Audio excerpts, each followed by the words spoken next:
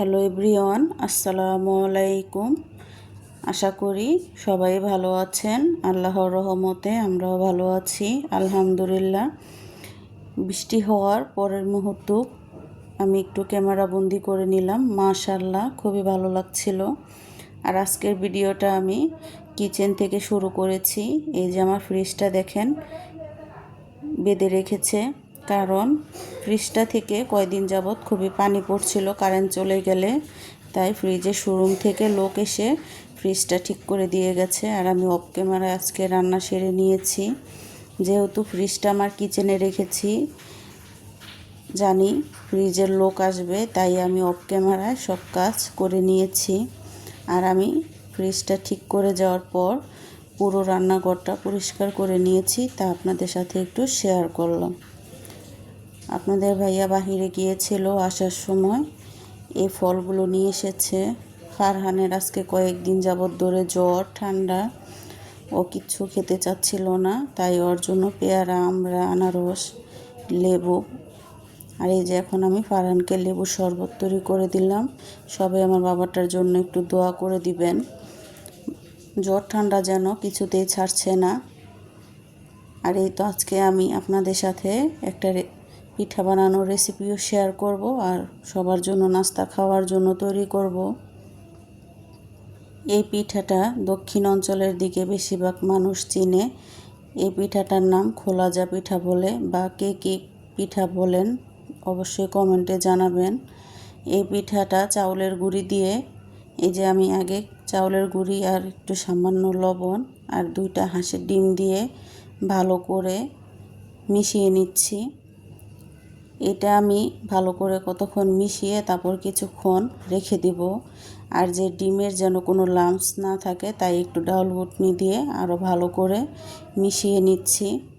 এই পিঠাটা কিন্তু খেতে খুবই ভালো লাগে। আর এখন আমি এই যে ঢেকে রাখছি, 10-15 মিনিট এভাবে থাকবে, একটু ভালো করে ভিজবে চাউলের গুঁড়ি যেহেতু। তারপরে আমি পিঠাটা তৈরি করব। এই যে দেখেন ডোটা কীরকম হয়েছে, আপনারা দেখলেই বুঝতে পারবেন। আর এই পিঠাটা তৈরি করতে কোনো ঝামেলা নেই, চিতই পিঠার মতোই খেতে লাগে। রুটি পরোটা তৈরি করতে গেলে কিন্তু অনেক ঝামেলা। এই পিঠাটা কিন্তু মাঝে মাঝে আমি সকালেও তৈরি করি। এই পিঠাটা মাটির খোলাতেও তৈরি করা যায়। আবার আমি যে কড়াইটাতে করছি, আমি এই পিঠা বানানোর জন্যই এই কড়াইটা তৈরি করেছি, এটাতেই আমি বানাই। তাই তো আমার পিঠাটা দিয়ে ঢেকে রাখতে হবে, তাই তো ঢেকে আমি উঠিয়ে দেখাচ্ছি আপনাদের সাথে।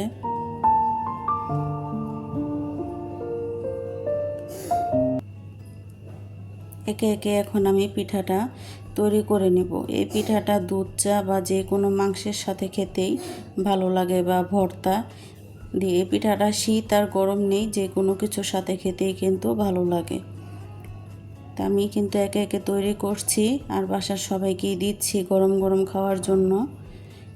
আর এই পিঠাটা মূলত আজকে আমরা খাবো, যে মাটির পাতিলে মাংস রান্না করেছিলাম ওইটা দিয়েই খাওয়ার জন্য।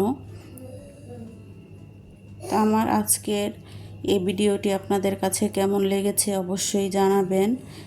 আর ছোট্ট একটি রিকোয়েস্ট করছি, যদি ভালো লাগে অবশ্যই সাবস্ক্রাইব করে আমার পরিবারের পাশে থেকে যাবেন, আর অবশ্যই একটি লাইক দিয়ে যাবেন।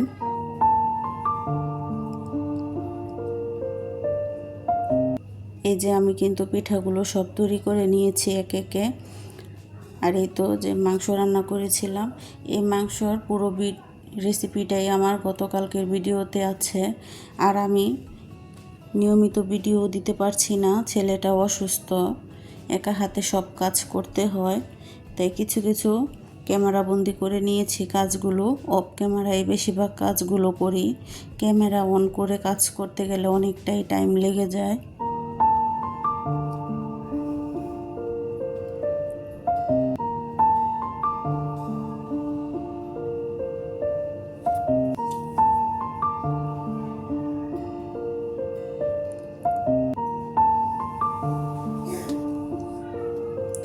এখন আমি খাবারটা সবাইকে পরিবেশন করে দেব।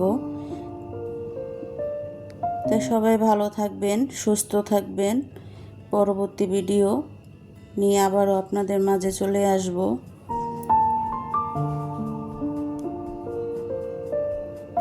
আল্লাহ হাফেজ। আসসালামু